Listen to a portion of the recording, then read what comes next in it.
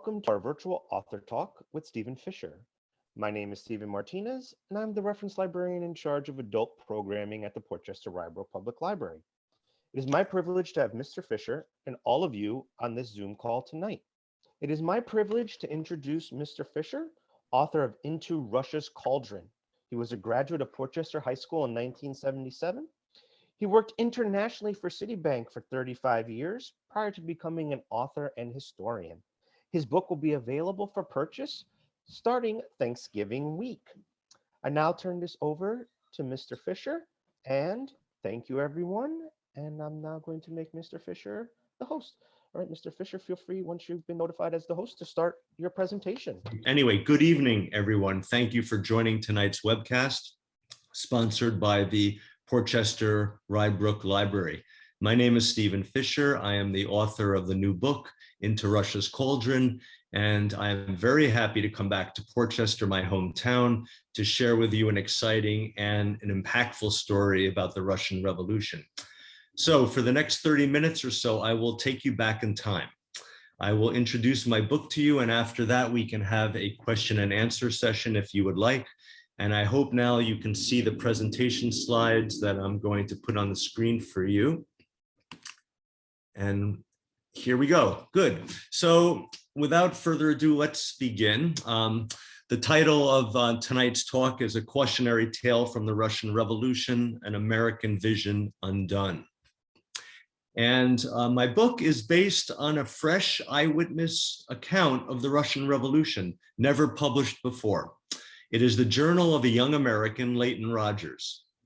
Leighton Rogers tells the saga of one bank's vision for Russia and his own experience living through it. The book is also a story of men blinded by hubris, and the book highlights questions Leighton Rogers and his colleagues asked about Russia some 100 years ago, which still resonate today. In concluding my remarks this evening, I will share with you why this story was compelling and fun to write, and my personal experience as an author who embarked on an amazing adventure. So without further ado, let us go back in time. 1 century ago, to be precise. Russia was still an empire, and the United States just went global. And I have a question for you. Now, come on, guy, you gotta move. Okay, sorry. What would you think about a vast opportunity in Russia? And that was the question of 100 years ago. Russia is the largest country in the world by landmass. In 1917, its population was 159 million people, and the US at that time was only 103 million. Russia had enormous natural resources to be developed, railroads to be built, mines to be opened, consumer goods to be produced. The trade potential was running into unknown figures, and there was the allure of profitable commercial and financial relations. And what do you think about this bank president's vision? Russia's need for capital is like Sahara's thirst for water. Well, that is Frank Vanderlip, the president of National City Bank, writing in Scribner's magazine way back in January 1902. But this man had a vision, and it wasn't shared by just him. Many business leaders in America were thinking the same thing. And I have a quote from the US ambassador to Russia, David Francis, who was posted in Russia during the Russian Revolution, who wrote in a similar fashion. The resources of Russia are so enormous and the opportunities for development so numerous. So what Frank Vanderlip viewed as a great opportunity was viewed by many people. And this brings us to the background of where this was happening. This was all happening in the fervor of a new American globalism, and America was expanding internationally in 1910 and after the war in 1920. And you would see a very fast expansion of international trade. There was excess money in America. The capital was being exported. America was exporting technology. There was an opportunity to have a preeminent international commercial presence, and there was very close coordination between business and the United States government, and there was a good reason for that, because as America internationalized, it created more jobs and more opportunities, and that was exactly the objective of the Woodrow Wilson administration, was to create more jobs and make the American economy more stable and strong. So everything all fit in quite well. And I have another quote again from Ambassador David Francis at the time. This time he's writing to President Wilson, and he says, "I have also talked with National City Bank people who thoroughly agree with my plan to promote commercial relations between Russia and the United States. Frank Vanderlip, president of National City Bank, assured me that he would second any efforts I would make." And this was in 1916. So another question for you. If you had just graduated college, would you take a job overseas with National City Bank? Well, this young man, Leighton Rogers, did exactly that. Leighton Rogers was born in Massachusetts in 1893. He graduated Dartmouth College in 1916. And upon graduating, he immediately joined National City Bank to start an international career. After 3 months of training, Rogers was assigned his first job, no less, to Petrograd, the capital of the Russian Empire, and he arrived there in October 1916 to help open National City Bank's first branch. Leighton Rogers worked in Petrograd until he escaped the revolution in March 1918. So here we have a situation of falling into Russia's cauldron, and that's the name of the book. Two men, Vanderlip and Rogers, of vastly different backgrounds and social standing, will find their fates unexpectedly intertwined in Russia. Another question for you. Well, not a question. This is what happens to Leighton. So Leighton Rogers arrives in Petrograd in October 1916, and Petrograd at that time, it is a petri dish for revolution. Things are not looking good. And Leighton Rogers arrives there, October 1916, completely unprepared. He knows only 3 words of Russian. His assignment, help National City Bank open and run its first branch. Now, Leighton Rogers recorded everything he saw and experienced in his journal, from his very arrival in October 1916 until his escape in March 1918. And reading his journal, you understand how he tried to understand the Russians and their way of life. He strove to piece together America's revolutionary politics. And he was 23 years old, a young guy. He sought adventure despite the ever-present risks to his person. And let's talk a little about these risks. Life in revolutionary Petrograd was not very easy. There were lots of challenges. Street anarchy and violence. The weather is awful there. The winters are very, very difficult, extremely cold, enormous amounts of snow. The streets are hard to navigate. The trams don't work. The clouds are always there. It's always gray. The sun never comes out. It's pretty depressing to be in Petrograd, or St. Petersburg, as we call it today, during the winter. And the summer in St. Petersburg only lasted about 2 or 3 months. And then it got very cold again. So the weather is not nice. There's constant shortages of food and energy. Don't forget, this is during World War I. Russia was in the war, and it was fighting Germany on the Eastern Front, and that was not going very well for Russia. You would see constant demonstrations, strikes, and parades of this party or that party, but it's going on all the time. There's constant uncertainty about what tomorrow brings. And then there is the threat of the German army. The German army was winning the war against Russia. When Leighton Rogers arrived in Petrograd, the German army was only 200 miles away from Petrograd. So in addition to all of these challenges, there was, the risk of being captured by the German army and being interned, and America entered the war against Germany in April 1917. So not a good place to be if that happens. But nevertheless, there were, well, before I get to the pleasures, let me talk about the challenges. You have 4 photographs here. On the top left-hand side, you see Cossacks mounted. They're always carrying carbine rifles and sabers, and they are putting down very violently any kind of protest on the street. These photos are exactly what Leighton Rogers saw every day. On the right top side is the Women's Day protest in March 1917, and this was a real photo of what happened. Leighton saw this protest, he was witnessing that, and he wrote about it. This protest led to the March Revolution, which overthrew the last Tsar of Russia. On the bottom left-hand side, you see a line of people, mainly women.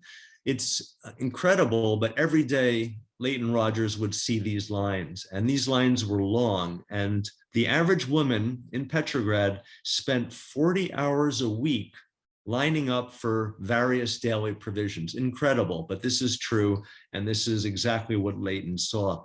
And the last photo on the lower right-hand side is it's a postcard of Nevsky Prospect. It's like the Fifth Avenue of Petrograd. Leighton would walk down this street or take a tram every day, going from one place to the other.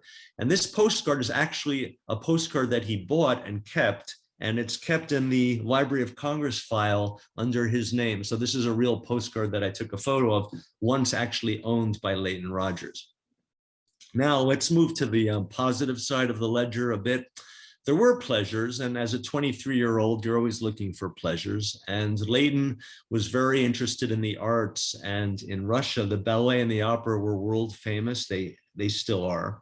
And Leighton was incredibly lucky to be in Petrograd during the height of the opera and ballet's greatness in Russia. He also enjoyed, despite all of the challenges, a great camaraderie with his other colleagues in National City Bank, with other Americans and other foreigners living in Petrograd at the time. And that helped him a lot, particularly when things got very tough.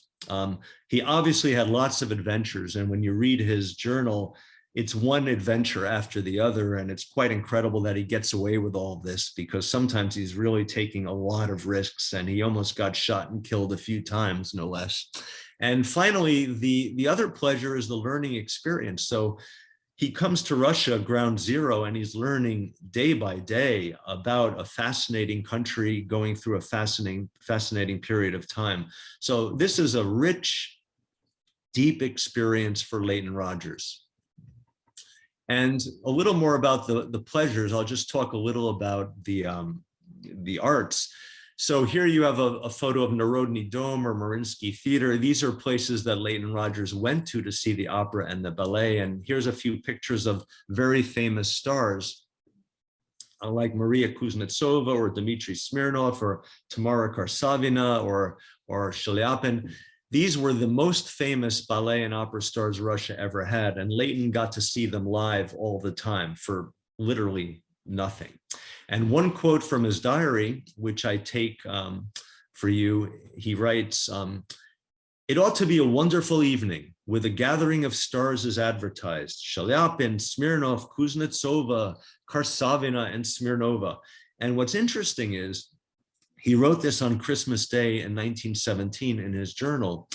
And this was 6 weeks after the Bolshevik Revolution, when the country and Petrograd is a total mess and very dangerous. And he is still going to the opera and ballet any chance he can get. As long as the show is on, Leighton Rogers is going to see it.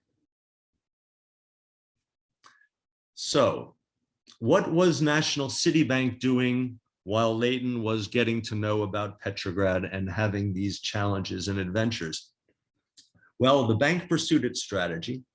It opened a branch in an opulent building, once the Turkish embassy, on January 15, 1917. And you can see the photo of the branch here. This was opened 3 months after Leighton arrived. And the building still exists. It's a beautiful building. It's not owned by National City Bank or Citibank anymore, but it still operates. And on the right-hand side, you see a photo of the staff, and there's Leighton Rogers peeking out from behind in the back row, smiling. So I guess we caught him at a good time there. But National City Bank aimed to be the preeminent foreign bank in Russia. It was definitely going to be that way. It underwrote and invested in Russian government bonds. And Russians flocked to National City Bank to deposit their savings. And National City Bank's balance sheet grew exponentially, faster than they ever could have imagined. Within months, they were profitable. But there was one reason for this that the National City Bank management missed. And that was the flight to quality syndrome. So what does that mean? Russians deposited their money with National City Bank because they were concerned about Russia's future. An American bank offered them the promise of safety and reliability.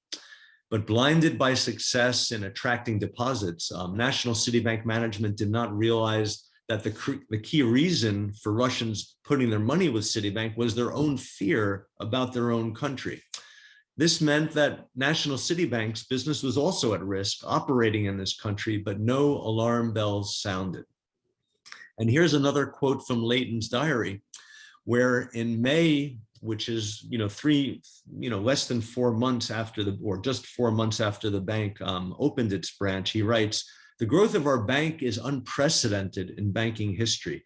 Well, there's a lot of excitement in that statement, but it also shows that business hubris where things are going so good.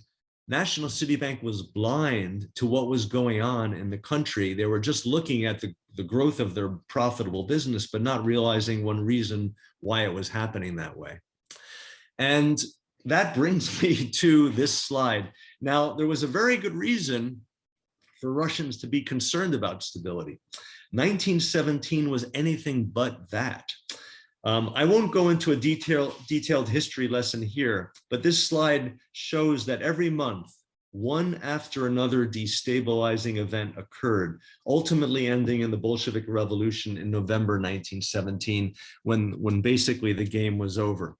So, this is what was going on, and Leighton was living through every month, writing about this in great detail, which is why this journal of his is not only an exciting sort of thriller, but it's a great historical document because it is a very important eyewitness account of all of these events that shook Russia in 1917 and affected everyone who was living there.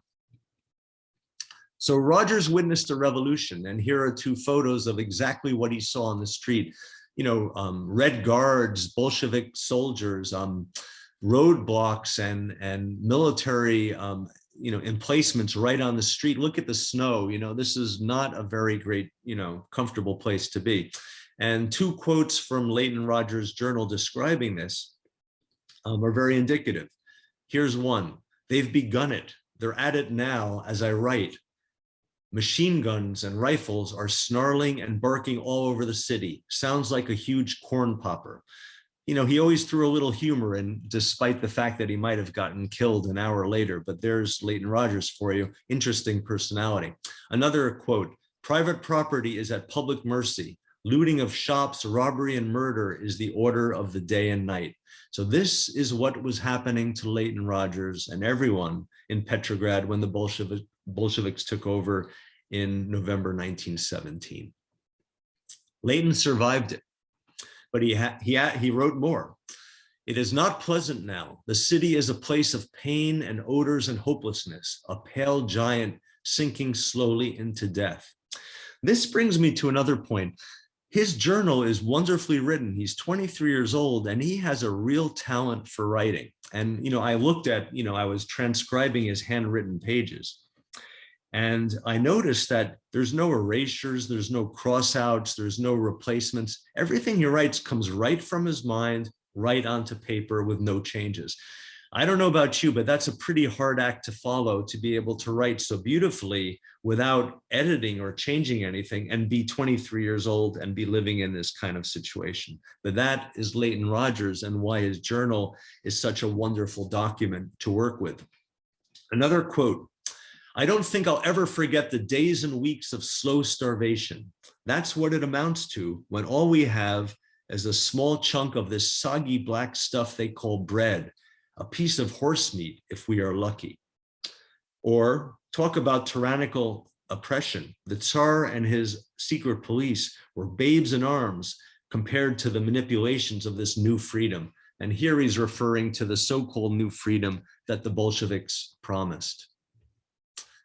And Red Guards came right to his doorstep. Red Guards were the armed militia of the Bolshevik Party after the revolution. They occupied National City Bank's office, and Leighton had to deal with them, occupying his office for 5 days at the end of 1917. And he writes another interesting quote. It seemed that, and they were going to nationalize the bank. It seemed that nationalizing business institutions allowed for the contents of cash drawers to be divided among squad members doing the nationalizing. So again, this is a good example of, a pretty solid eyewitness account of what's going on with Leighton Rogers' unique humor thrown in. And here's a photo of what these Red Guards actually look like. So again, you're seeing exactly what Leighton Rogers experienced. So what did he learn? Let's, bring you to a bit of an epilogue. I guess you're curious, did he survive? How did he get out of this? Well, he shared the story of his incredible ground zero experiences. And in his journal, he survived 2 revolutions, the March Revolution, which deposed the Tsar, and the November Revolution, which ushered in the Bolsheviks, several coup attempts and near-death experiences by Cossack saber and bullet. He escaped Petrograd in a dilapidated railway freight wagon in late February 1918, and it took him 5 weeks to reach London, where he joined the US Army to participate in the US war effort in World War I. Leighton Rogers learned some pretty hard lessons that he did not waste in his later life. He continued an interesting international career in the field of aeronautics, and he continued writing about the Russian problem until his death in Connecticut in 1962. So Russia never left him. And believe me, if you lived in Russia or studied Russia like I did, Russia does not leave you. It always is part of you. And that's a great thing. And it's fascinating. And what did Leighton Rogers learn? Well, admittedly, he viewed Russia through a set of American lenses. It's hard not to, particularly in those times, where he was evaluating Russia like an American would, and that obviously is going to help help you sometimes, but it'll also lead you to some erroneous conclusions about what's going on with Russia and how Russians think. Leighton cited the unpredictability in the Russian character, influenced by what he called the unique Slav philosophy. He argued that in order to help the Russian people, you should only do it once they have made their own decision on their form of government. Call out their leadership if it denies its people the right to do so. Leighton Rogers believed Russia's potential power for good or evil was almost beyond conception. And he wrote that 105 years ago, but I believe we can still agree with that statement today. And that's what's very interesting about the lessons that everyone in this book tell us, is that whatever they thought about and talked about 100 years ago, we still talk about today. Nevertheless, Leighton Rogers never did lose hope in the Russian people. And a few things that he talked about, I brought up 3 themes that are still relevant to us today. One is how Russians self-govern themselves and their views on their own government. And what Leighton wrote in November 1917 was, "It is disheartening to contemplate how faintly the spark of self-government burns in the breasts of the masses. It fails," there's some things I can't see to read everything here. Okay, let's see if I can move it down. Yeah. "It fails to blaze even when fanned by tremendous winds from the current rush of events." And he's talking about the Bolshevik Revolution. "While the fate of a nation is being fought for by a few, the many look on without realization or understanding and turn away to proceed on their daily paths." Now, he often complained that an American in this situation would take to the streets a woman, a child. Americans would fight for what they felt was right. Leighton did not see that in Russia, and that's where this quote basically comes from. Okay. Another observation he made was the role of the Russian Orthodox Church in Russia. He wrote, "It seemed to me that a church organized for political control of its people, as this one is, embracing such a huge and ignorant mass, and placing so much emphasis on the symbolic in its worship, was bound to lead its patrons into mistaking the symbol for the idea, the ideals for the spirit, and thus provide only a glorified sort of idol worship. And he wrote this just before he left Russia in February 1918. Today, we still look at the Russian Orthodox Church and ask, is it truly acting as an independent church, or is its main function to support the Russian state? This debate goes on for 100 years and has not finished. And one final observation that I'll bring up, which is my favorite, is understanding the Russian people. LEIGHTON wrote, speaking of the Russian Revolution, in spite of the fact that we think we understand, it must be admitted that we do not understand the Russians. They are a mystery to us. And LEIGHTON wrote that 104 years ago, and quite a few famous people have been talking about that ever since. You probably are familiar with Winston Churchill's famous statement that he uttered in a radio broadcast right after the beginning of World War II in October 1939, when he said, "I cannot forecast to you the action of Russia. It is a riddle wrapped in a mystery inside an enigma." And 20 years later, the US ambassador to the Soviet Union, George Bolin, wrote, "In two cases, we can definitely say that you're dealing with a liar. If a man says he can drink champagne the whole night without getting drunk, and if he says he understands Russians." So there you go. I'm sure you're going to hear a quote from someone else today talking about the same mystery, but that's where we are.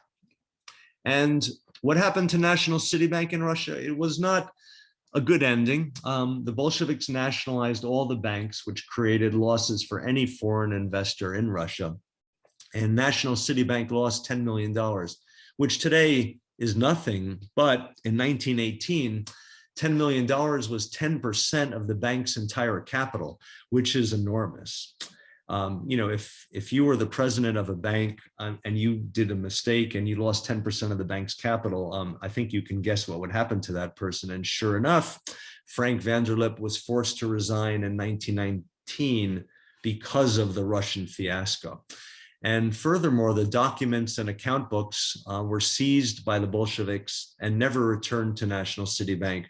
So National City Bank never could reconcile all of the business and the accounts they had, because a lot of their vital information was confiscated and never given back by the Bolsheviks.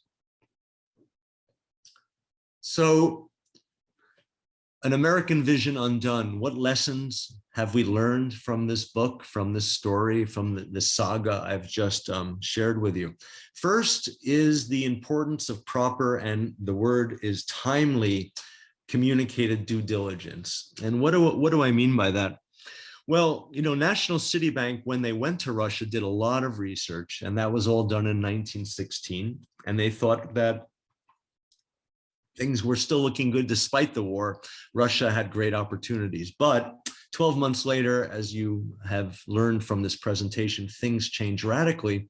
But no one did updated research, and no one communicated fully what was going on in Russia to the management back in New York. So they were unprepared for what was happening. Even Leighton Rogers' journal and everything he saw and his other young colleagues saw, that was somehow not communicated back to New York. It's incredible, because he wrote about all of this, but it was never communicated. So, you know, you cannot go to an emerging market undergoing such kind of convulsions without having good and proper, timely communicated due diligence. Now, the second lesson that came out of this saga is the value of management diversity. You know, there is not one woman in this entire book. This is incredible. But, you know, after I wrote it and I read through, it just struck me, there's not one woman here. You know, the management team was all from one same background. There were no minorities, there were no women, there were no people from different backgrounds and experiences. They were all one cut of cloth. And furthermore, there were no Russians on the management team. Well, you know, if you want to talk about lack of management diversity, I couldn't give you a better example than that. if there was such a diversity, you could imagine that everyone would have different ideas, everyone would share different experiences and insights, everyone would have different observations and share them and come up with a much more comprehensive view of what was going on in Russia. Well, that did not happen. And that's because there was no diversity in management, either in New York or in Petrograd. The next lesson learned is America cannot change the course of events in other countries. It tried to help Russia fight the Bolsheviks, but that did not work. It, together with France and Great Britain, intervened in Russia after World War I to try to knock the Bolsheviks out of power. That didn't work. So one other lesson is, you know, America, but not just America, any country has a very limited ability to influence the course of events in other countries. And one other lesson that we learn is never assume the Russians or Russia acts like your own country, or the Russians will act like you. And that was a problem that a lot of the people at National City Bank in that time, they thought they understood what was going on. They applied their American way of thinking on the Russian psyche. That was a mistake, because you cannot do that. And they learned the hard way what happens when you try to make that assumption. And the final lesson learned is never, I mentioned this already, but never intervene in Russia militarily or otherwise. The United States learned that in 1918. Russians were not willing to team up with anyone invading their country or even promising to help them. That's just not the way they were. So that was another lesson learned. Now, finally, I'll just talk a little about my own experience in writing this book, because it was a lot of fun and interesting. First, I found Leighton Rogers by pure chance in another book about Russia called Caught in the Revolution by Helen Rappaport. I was just reading it 4 years ago. It was a book about all of these different foreigners who were living in Petrograd at the time. And Leighton Rogers was mentioned as one of these 50 or 60 people, and that he worked at National City Bank. And I was working for Citibank at that time, and I was completely shocked. Nobody in Citibank ever heard of this guy. And I worked in Citibank Russia for 8 years. No one knew about this. So I was, just like everyone else, totally fascinated. And I went to the Library of Congress to research. I found out his diary was there. I went to research it. And as I read his diary, I found out that all of the experiences he had in many ways parallel my own career, because I was living abroad. I lived in Russia for 8 years. I lived in Ukraine after that, and I experienced the Ukrainian Revolution of Dignity in 2014 when I was hearing machine guns and explosions from my house. So Leighton's experiences 100 years earlier were pretty similar to what I experienced, and that made me even more fascinated with my so-called predecessor. So I became fascinated with his journal, and his writing just became alive. Every page was an exciting adventure. And writing a book is a lot easier if you are part of the adventure. And your book becomes a work of passion. And it was my first time. I had never written a book before. So this was an interesting learning experience for sure. But even if it's a work of passion, which makes it easier and more fun to do, it still requires a large commitment and discipline, which I learned throughout the process, and that's important.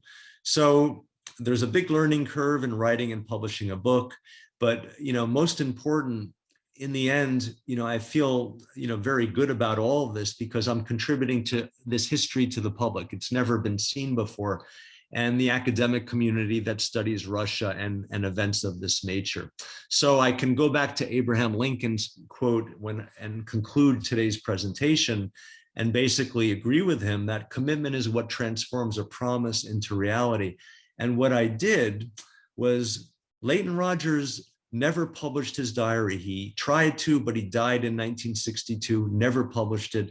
I published it for him 60 years later, and I feel that in a way I brought his wishes and his hopes into a reality that he envisioned, but it just took an extra permutation in the end. Well, thanks a lot. That's our 30-minute presentation, and I'm happy to open this up now to questions and answers that you might have. Thank you, Mr. Fisher. That was wonderful, very informative. I would like, as Mr. Fisher mentioned, open the floor to any questions. If you are interested in asking a question, I do ask once again that if you could use the raise the hand function. And if you do that, we will go ahead and call on you. And before speaking, just make sure you're on off of mute. So if anyone has a question, please feel free to use the raise the hand function. Oh, okay. Well, thank you for the presentation and for this huge opus. One of the things that came to me right away is wondering how the trauma and the adventure of this whole Russian experience affected Leighton's personal life, his career, his whole trajectory. And I wondered what you could share with us about that. Well, he didn't seemingly have any negative effects, and some people did. You know, the branch manager in Petrograd had a nervous breakdown after he left Russia, and he never recovered. One person who worked in Citibank's National Citibank's office in Vladivostok committed suicide 25 years later. You know, that was not very pleasant. But Leighton had a very active career. He always was talking about Russia, and he actually went to Russia back in 1943 and 1944 as part of his aeronautical career to help with the Lend-Lease program, where, you know, America was giving Russia Air-Cobra fighter planes to help the Russian war effort against Nazi Germany. And Leighton Rogers actually went there as part of a mission. So his whole career was connected to Russia, and he never stopped. And, you know, I don't think he suffered anything negatively. He just had a lot of insight as to what he experienced, and he carried that forward with him throughout his career. He had a very interesting international career, traveling to Japan, China, Russia, everywhere. Thanks. Kind of amazing he wasn't more known. Thank you. All right, thank you, Charlotte. Is Katie, I believe, has a hand up, so I'm just gonna unmute you here, and then you should, if you can't unmute your, let me see if I'm gonna unmute you. Katie, let's go. There, can you hear me? There you go. Yes, we can. Please go ahead with your question. Wonderful. I was curious. So Leighton, I think, was my great uncle. And I was curious to, if you could tell us a little bit about his career in aviation afterwards. Do you know what company he worked for? Or was it in a capacity with the US government? My mother always called him a diplomat, but I am now learning that that's not quite true. He was a businessman in Russia. Well, actually, he was both, because before he joined Bell Aeronautical Corporation in the 1930s, he was working for the US Department of Commerce all the way. He resigned from Citibank in 1921, went back to Europe and joined the US Department of Commerce, and he was posted in Berlin, in Warsaw, a few, short period in Paris. He was actually given an award by the French government in 1929.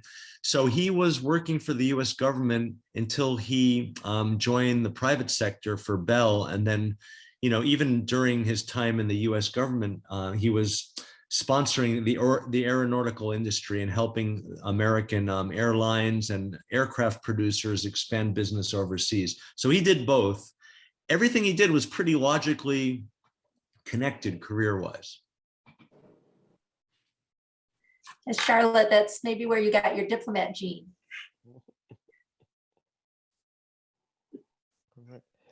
Thank you, Katie. I saw before, I believe, did Camille and Lou have a question? Yes, let me take yourselves off mute and feel free to ask your questions. Hi, Steve. Hi, hello, everyone. Hi, Lou. And it's Steve and Steve. Sounds like a law firm. Yes, it is. Beautiful presentation, Steve. You really whet my appetite to get the book. Yeah, Camille's giving you the thumbs up too. One thought that's running through my mind is I just can't wrap my brain around the fact that the National Citibank? Yeah, that was and now it's called Citibank. That 100 years ago, it was called National Citibank. And the name of the gentleman that cooked up this idea to create a branch. Frank Vanderlip, the president of the bank, he was the visionary who said we have to go to Russia. And if there wasn't a Bolshevik revolution, they would have established branches all over the place. They were hot to make Russia as the new frontier.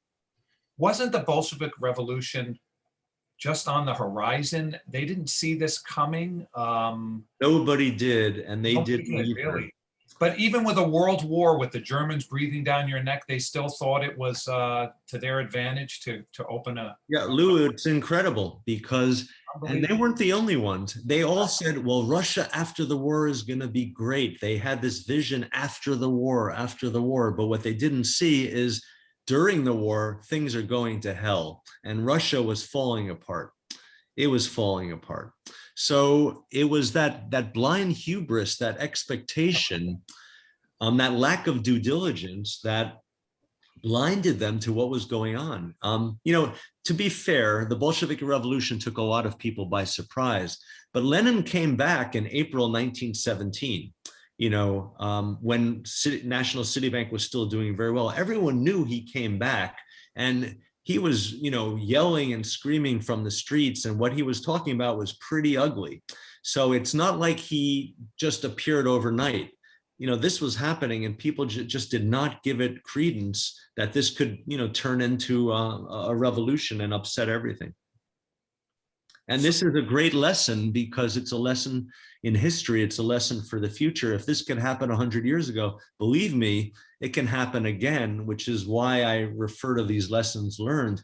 You better keep your eyes wide open and do your due diligence because things change quickly. And if you're not watching what's going on the streets, you can get thrown for a real surprise. Yeah. Thank you so much.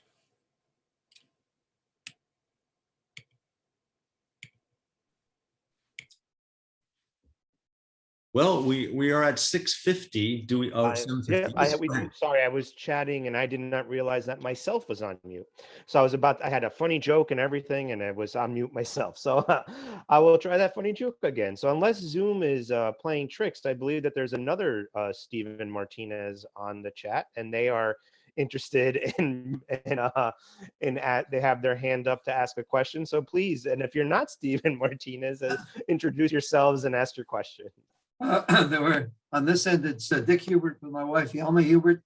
We would have from the beginning, except having signed up for this wonderful presentation, we never got the Zoom link. And we were the last ones to start screaming and yelling about shortly after 7 o'clock to the library, people saying, where's the link? So we've joined you a little late. But my question has to do with what business can learn from Russia. We live just a couple of 100 yards or more away from PepsiCo World Headquarters, where, of course, Donald Kendall became famous for opening up Russia with Nixon's help for Pepsi. And we have a very good member of our extended family who's right now running the Bosch franchise throughout Russia, headquartered in Moscow. And I'm wondering if these business people have learned anything from your friend Leighton, or whether they're heading in a direction that isn't going to be very fruitful for them. Well, I'd recommend they read the book, not that because I want to sell it, because it's a valuable lesson. And as I said, history repeats itself, and there's something called institutional knowledge and institutional memory. And this book, in a way, is institutional memory. If you go to Russia or any other country, it could be China, you should understand what happened in its history, because what happened 100 years ago, manifestations of it could reoccur. And it's a very valuable background to have. So my advice to your family member in Russia is understand what happened before, and that history does repeat itself. And it's very important to view a country and view your business in that context. Interesting. Your book is electronic, I assume. So it's going to be out in about 2 or 3 weeks, and it'll be an ebook and also hard and soft cover. It will be available on Amazon, sir? Yes, it will be, and Barnes and Noble and other outlets like that. before Okay. Thanksgiving. It should be available before Thanksgiving. We'll make sure he has a link and we'll get it to Moscow. And if we get any interesting feedback, we'll let you know. Sure, thank you. Okay, I think we have time for one or two more questions. Is anyone else interested in asking a question?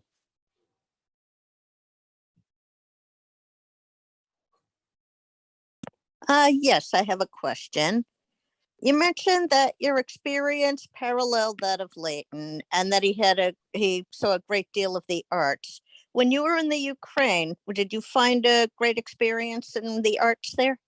I did, and when I lived in Russia for 8 years as well, from 2002 to 2010. I was going to the Bolshoi Theater, to the opera, the theaters and everything all the time. And that's why the Russian banya, the Russian bath, that's another, fun thing to do.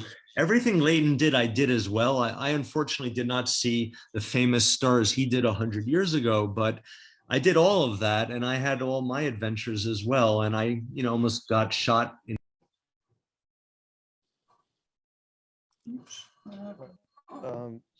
Steve, I'm not sure what happened. It looks like you just muted. You Okay, somehow just I'm sorry. Got Yeah, shot.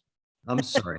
But anyway, I just said that when I was in Moscow in Ukraine, I was doing exactly the same thing. There was lots of opera, ballet, theater, music. And, when you're in a foreign country, you should try to enjoy that as much as you can. I certainly did. The only thing that was different between me and Leighton is I didn't have any Cossacks chasing me with sabers. That was sort of out of fashion by then. Luckily. Yes, Katie, feel free to unmute yourself and ask your question. Unmuted. So I just have to ask personal life. I'm just starting to read Leighton's book that he wrote, which is Wine of Fury. And it mentions I believe it's a Russian, well, at that time, probably part of the aristocracy or secondary to the aristocracy, love interest in there. I'm wondering if he had any love interest. I believe he was unmarried throughout his life, a bachelor all his life. Were you able to, through his memoirs, did he record anything of a personal nature? Well, yeah, let me tell you. Well, you're referring to, his novel Wine of Fury that he wrote in 1924. It was published in New York and London, and it got a good review in the New York Times book review.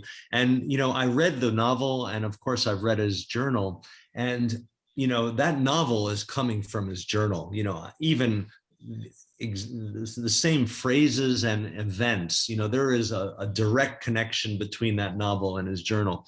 But interestingly, there are no women mentioned in his journal at all. Just one girl named Easterly, and she was the friend of one of his colleagues. There's no women, there's no love interest in the novel, in the journal at all. So I guess he decided later on he had to make it a little more spicy and interesting in his novel. But in his journal, no. Sure. It was all business, I guess. It was a great journal and it's fabulous to read. But there's no, well, there's description of, what he was interested in?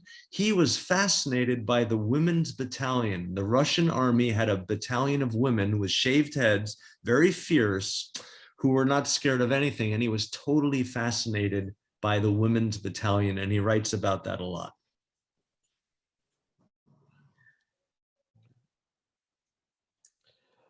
All right. One more question. Does anyone have a final question? Nope. The Huberts, feel free to go ahead and. Just briefly, Mr. Fisher, will you be giving this presentation again on Zoom to anyone else? And can we? Well, the good news is Steve Martinez is recording it and he's going to post it on the Portchester Library website. So whatever you missed, you can watch it in entirety. And I'm sure once the book comes out in a few weeks, I'll do more of this. And when I get feedback from interested people like yourselves, maybe I'll amend it or I'll do different stuff. But You know, as you can tell, it's a lot of fun. It's totally fascinating, and there's a lot to talk about, but I tried to, you know, focus on 30 minutes. And since I don't know many of you, I don't know exactly what you'd like to hear. So I was sort of doing my best the first time. Let me ask two professional questions. Do you have a publicist for your book? No, not yet, but we'll see. You need one because you should be getting some bookings. A couple of television cable shows come immediately to mind. Well, Mr. Hubert, I'll call you, and it seems you've got some good ideas. So I'll contact you later. I come out of the business, Mr. Fisher. That's why I ask. Well, thank you very much. Well, on behalf of the Port Chester Rybrook Public Library, the residents of Port Chester and Rybrook, and all of us on this call, Mr. Fisher, I just want to say thank you so very much for doing today's presentation. It has been very informative, very educational. And as you mentioned, and as we stated earlier, this presentation is being recorded, and we will have it loaded to the library YouTube page and website. And I hope to have that completed by the end of this week. We will also, for those residents who live in Westchester County, we will be getting copies of the book when it becomes available, so you can borrow it from the library. And I will make an announcement as well on our social media to let everybody know that we have a copy available and it can be borrowed. So